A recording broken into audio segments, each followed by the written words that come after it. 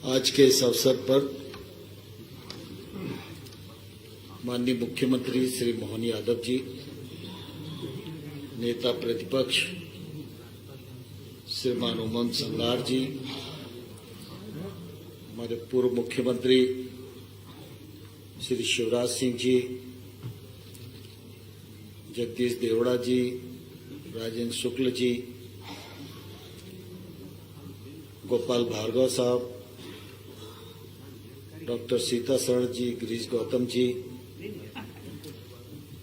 श्रीमान राजेंद्र सिंह जी, श्रीमान रामनिवास रावत जी,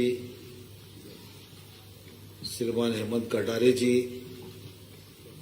श्रीमान अजय बिश्नोई जी, श्रीमान कैलाश विजयवर्गीय जी, श्रीमान प्रहलाद पटेल जी, श्रीमान राकेश सिंह जी, श्रीमान विसाऊलाल जी और इस अवसर पर उपस्थित सदन के सभी सदस्यगण, यह पहला सत्र है। सभी लोग अपने अपने निर्वाचन क्षेत्र से चुनकर आए हैं। मैं आप सबका हृदय से बहुत बहुत स्वागत करता हूं, बहुत बहुत अभिनंदन करता हूं। मुझे बहुत प्रसन्नता है कि जब विधानसभा के अध्यक्ष पद के निर्वाचन का समय आया, उस समय पक्ष और विपक्ष दोनों ने मिलकर सर्वसम्मति से चयन किया। इसके लिए मैं भारतीय जनता पार्टी, कांग्रेस पार्टी और सभी सदस्यों का हृदय से बहुत बहुत आभार प्रकट करता हूं और उन्हें धन्यवाद देना चाहता हूं। अभी 2 दिन लगातार हमारे सदन के वरिष्ठतम सदस्य श्रीमान गोपाल भार्गव जी ने प्रोटेम स्पीकर के रूप में अपने दायित्व का निर्वहन किया। हम सब लोगों को शपथ और प्रतिज्ञान कराया और कार्रवाई का जो सफल संचालन, निर्वाचन प्रक्रिया का संचालन उनके द्वारा किया गया, मैं उनके प्रति भी आभार प्रकट करता हूं और उन्हें बहुत बहुत धन्यवाद देना चाहता हूं। मित्रों, हमारा यह सदन बहुत ही गौरवशाली सदन है। पंडित कुंजीलाल दुबे जी से लेकर गिरीश गौतम जी तक ये एक लंबी यात्रा है और इस लंबी यात्रा में मेरे से पूर्व अध्यक्षों ने अनेक प्रकार के मानदंड स्थापित किए हैं, परंपराएं स्थापित की हैं और अपने अपने कार्यकाल में अपने अपने ढंग से इस सदन का गौरव बढ़े, इस बात का प्रयत्न उनकी ओर से हुआ है। अध्यक्ष के रूप में आप सबकी निश्चित रूप से मुझसे भी इसी प्रकार की अपेक्षा है। मेरी ईमानदार कोशिश होगी कि मैं आपकी अपेक्षा के अनुसार अपने दायित्व का निर्वहन कर सकूं।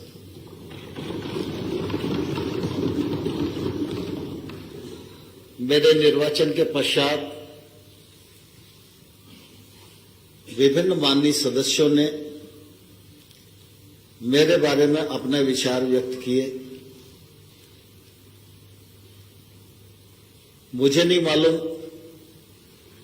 कि मैं उन विचारों के योग्य हूं अथवा नहीं, लेकिन मैं इतना जरूर जानता हूं कि अगर आपके मन में ऐसा भाव मेरे प्रति है जो आपके द्वारा व्यक्त किया गया, तो मेरी ये जवाबदेही है, मैं उस भाव का सम्मान करूं और उसको निभाने की पूरी कोशिश करूं। हम सब सार्वजनिक जीवन में हैं। सार्वजनिक जीवन में व्यक्ति पहले मैदान में काम करता है, फिर किसी संस्था या संगठन से जोड़ता है, और जब वो संगठन उसको अवसर देता है तो वो जनप्रतिनिधि के रूप में अपनी भूमिका का निर्वाह करता है। लेकिन हम संगठन में काम करें या जनप्रतिनिधि के रूप में काम करें, हम सबका उद्देश्य एक ही होता है, जन समस्याओं का निराकरण, राज्य का सर्वांगीण विकास और संतुलित विकास। लोकतंत्र की एक खूबसूरती है कि पक्ष है तो विपक्ष भी है, और पक्ष के बिना विपक्ष अधूरा है और विपक्ष के बिना पक्ष अधूरा है, ये भी हम सब लोग भली प्रकार से जानते हैं। पक्ष और विपक्ष लोकतंत्र के दो पाए हैं। दोनों पाए को मजबूती के हिसाब से कदम से कदम, कंधे से कंधा मिलाकर चलना, इसी में हम सब लक्ष्य तक मिलकर पहुंच सकते हैं। मुझसे यह भी अपेक्षा की गई है कि मैं प्रतिपक्ष के सदस्यों को अधिक समय दूं। सत्ता पक्ष के मेंबर्स ने भी अपेक्षाएं व्यक्त की हैं, लेकिन मैं इतना जरूर आप सबको कहना चाहता हूं, इस आसंदी पर रहते हुए मेरी कोशिश ये रहेगी कि मेरी निगाह और नजर हर सदस्य पर रहे, और जो हक उसे मिलना चाहिए उस हक से वो वंचित न हो, यह निश्चित रूप से मेरी कोशिश रहेगी। मुझे प्रसन्नता है, इस बार विधानसभा में बहुत सारे नए सदस्य भी चुनकर आए हैं। उन नए सदस्यों को वरिष्ठ सदस्यों का सहकार मिले, उनका आशीर्वाद मिले, उनके सानिध्य में वो सीख सकें, इस बात की भी जिम्मेवारी हम सब वरिष्ठ सदस्यों को मैं समझता हूं लेनी चाहिए। हमारे सदन की कार्यवाही की नियम हैं, प्रक्रिया हैं, परंपराएं हैं, उनसे सदन चलता है। पुराने सदस्य इस बात को भलीभांति जानते हैं। तो नए सदस्यों को भी ये नियम प्रक्रियाओं का ज्ञान हो और वो हमारे साथ सीख सकें और ठीक से अपने दायित्व का निर्वहन कर सकें, यह भी निश्चित रूप से हम सब लोगों की चिंता रहनी चाहिए। राजनीतिक क्षेत्र में जब हम संगठन में काम करें या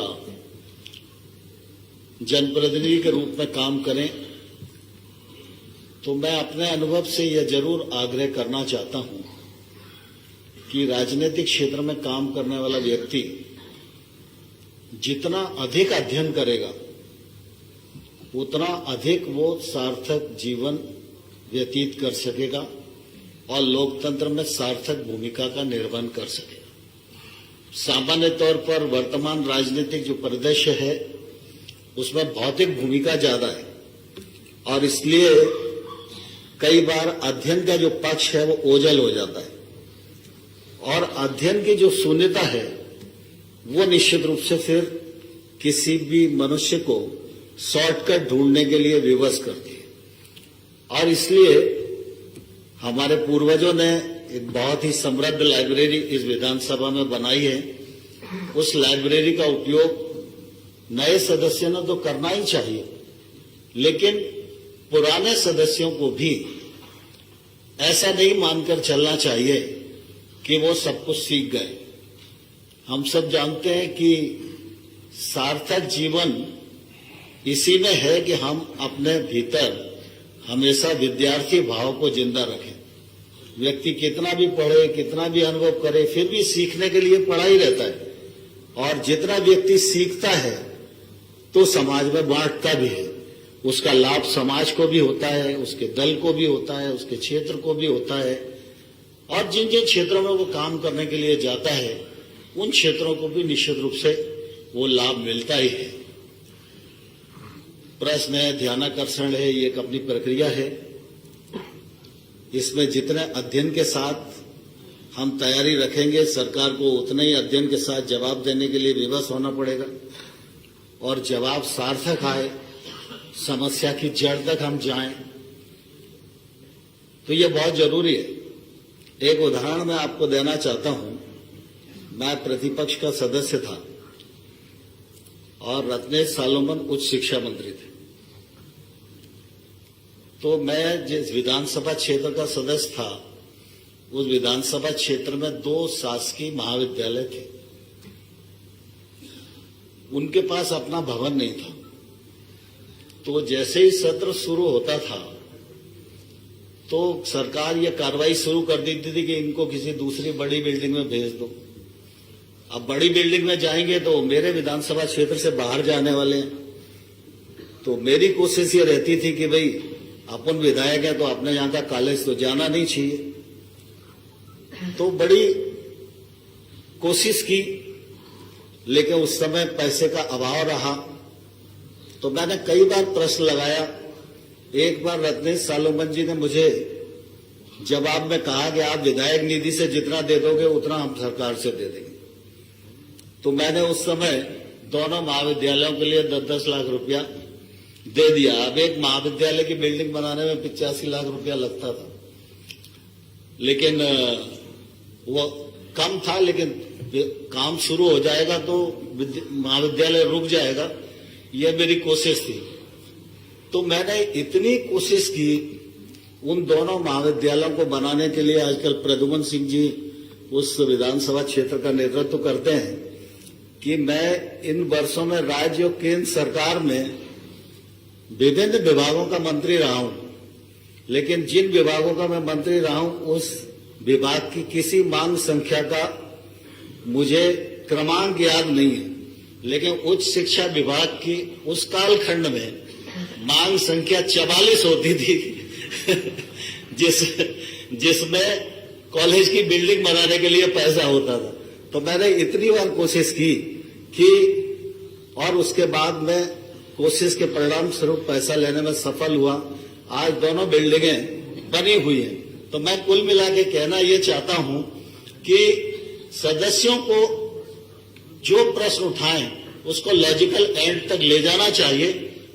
विधायिका का भी उपयोग करना चाहिए, व्यक्तिगत मिलकर भी कोशिश करनी चाहिए और सार्थक कोशिश होगी तो परिणाम आएगा ही। हम सब बहुत सौभाग्यशाली हैं कि हमारा यह सदन बहुत ही गौरवशाली सदन है। हमारा अपना मध्य प्रदेश गौरव से परिपूर्ण है और लोकतंत्र का यह पावन मंदिर जो मध्य प्रदेश की महिमा को मंडित करता है, इसकी महिमा को और बढ़ाने में हम सब लोगों को कदम से कदम और कंधे से कंधा मिलाकर चलना होगा। आप सबका सहयोग और आप सबका समय समय पर मार्गदर्शन मुझे मिलता रहे, जिससे कि मैं इस कार्यवाही का आपकी अपेक्षा के अनुरूप संचालन कर सकूं। आप सभी ने जो विचार व्यक्त किए उसके लिए बहुत बहुत धन्यवाद। माननीय अध्यक्ष महोदय, एक अनुरोध है मेरा।